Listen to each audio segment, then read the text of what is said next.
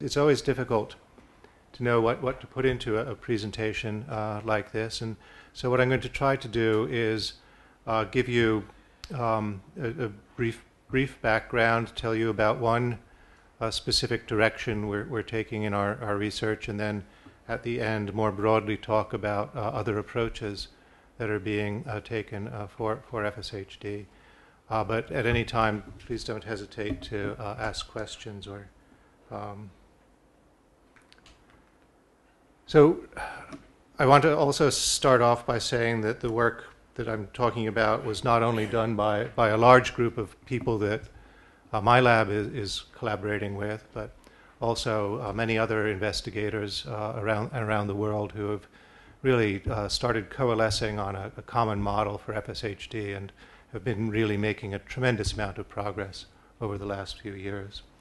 The story I'm going to tell you today was done by this group of people in red, myself in Seattle, the Vandermeer Lab in Leiden, Ravit Twill in Rochester, Janine Cody in San Antonio, and Marnie Blewett here in Australia in Melbourne, and was supported by the FSH Global.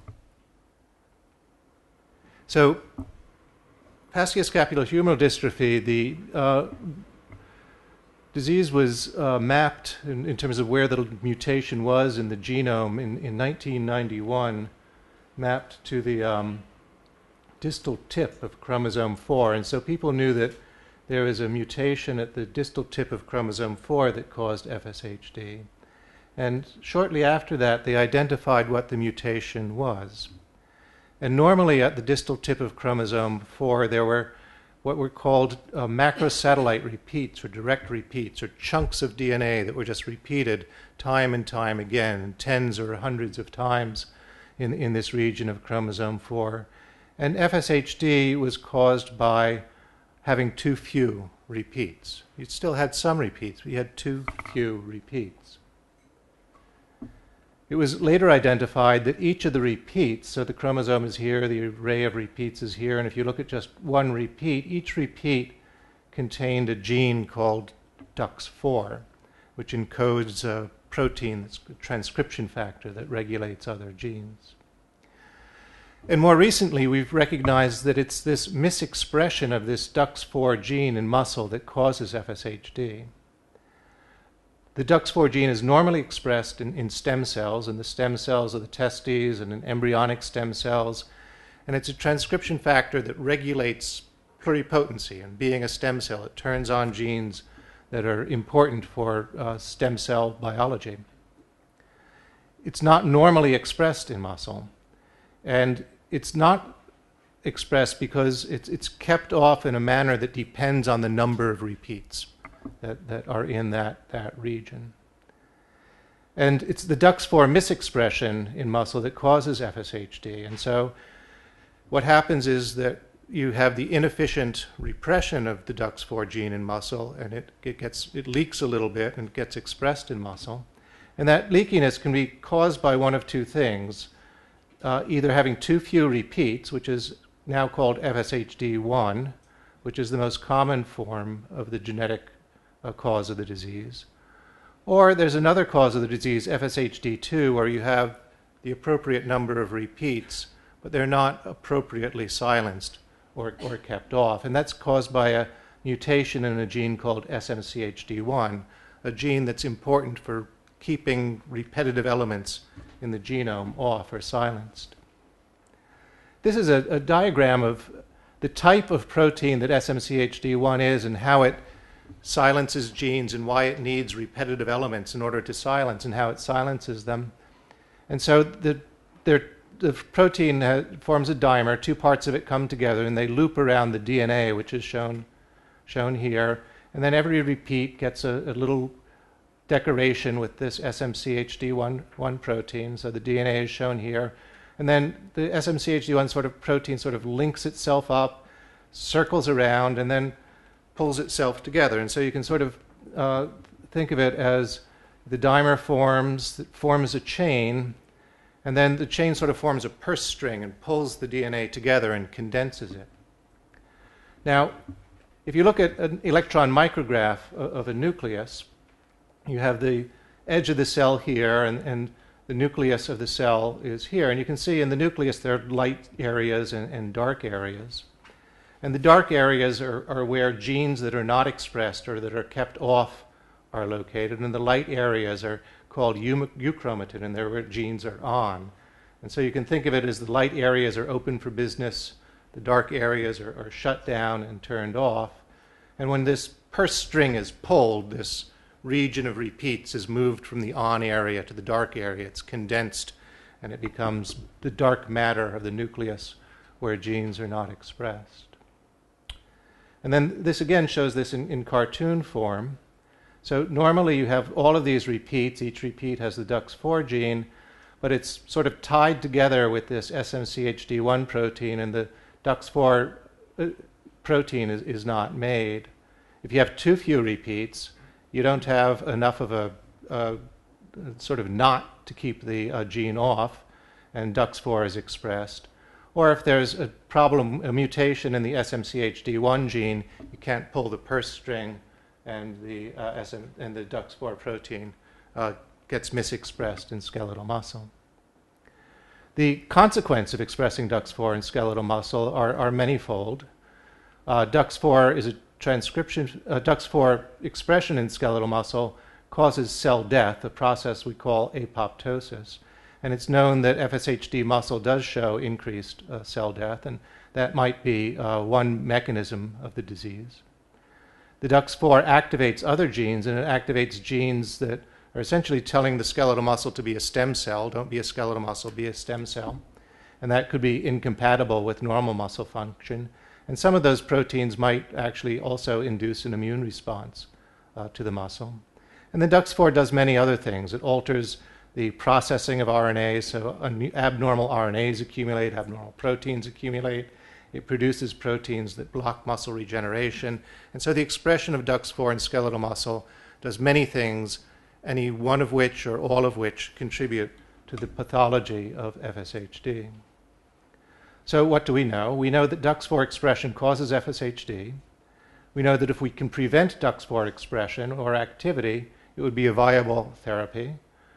What we have yet to know is, are there any dominant pathways to target? So for example, we know that DUX4 causes the cell death, it causes an immune response, RNA toxicity. Again, we know if we turn off DUX4 and don't allow it to be expressed, it would be a good therapy. But which of these would be good therapy is we still have yet to learn. And we still have yet to learn why some muscles are affected earlier than other muscles by FSHD. And one of the things we'd like to know also is, can we enhance that repeat silencing in FSHD cells? You know, once the FSHD mutation has occurred and the DUX4 is leaking, can we stop that leaking? And would that be a viable approach to developing therapies? So again, this shows what I was talking to you about a little bit in a different form. And here, if you have this number of repeats in an individual, if you have a very small number of D4Z4 repeats, you cannot form that knot. You can't tie off the DUX4. And you have the more severe form of FSHD. It's generally early onset. If you have more repeats, up to 7 repeats, it's a moderate onset disease. And if you have 7 to 10 repeats, it's usually a more mild form of disease. But if you have an FSHD mutation, even if you have 10, 20 repeats, you can still not be able to tie that knot and keep the DUX4 off. And it's known that mutations in FSHD2 can also alter the severity of some of these other FSHD1 mutations. And since we know that the FSHD2 can alter the severity of the FSHD1 mutations, one question is, can we use that to turn the tables on this disease and actually try to develop methods that would increase the repression of the D4Z4 repeat and prevent the DUX4 expression? And so one simple way of thinking about it, in the case of FSHD2, where you have an SMCHD1 mutation, without the mutation you have 2 copies of the SMCHD1 gene, one from your mother, one from your father, and both of them are producing SMCHD1 protein. In the case of FSHD2, you've mutated one of the two copies, and so you have no protein made from one gene, so you have just half of the amount of protein, and that's enough to create the FSHD2 because you don't have enough of that protein to, if you will, pull that purse string and turn off the expression of DUX4. And so one simple notion is, can we just take some cell that has FSHD, put back more of this SMCHD protein, and turn it around and shut off the gene. And so what we've tried to do is to take cells from either FSHD2 individuals or FSHD1 individuals and just put in more SMCHD protein. And indeed, in FSHD2, if we put in more SMCHD protein, we can turn that process off and turn the DUX4 gene off.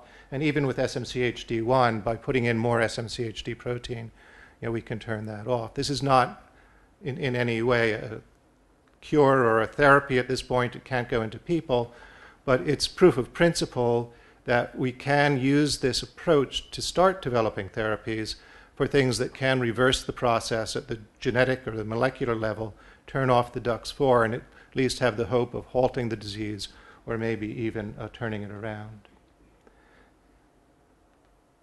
So that's one example of the types of therapy, the types of experimental approaches we're taking to lay the groundwork for developing therapies that we hope eventually will go into people. Just to talk a bit more broadly about other approaches, there are lots of therapeutic opportunities now that we know the process of FSHD. I've talked about suppressing the expression of DUX4 mRNA, either using general enhancements of chromatin repression, or what I talked about specifically was targeting the SMCHD pathway.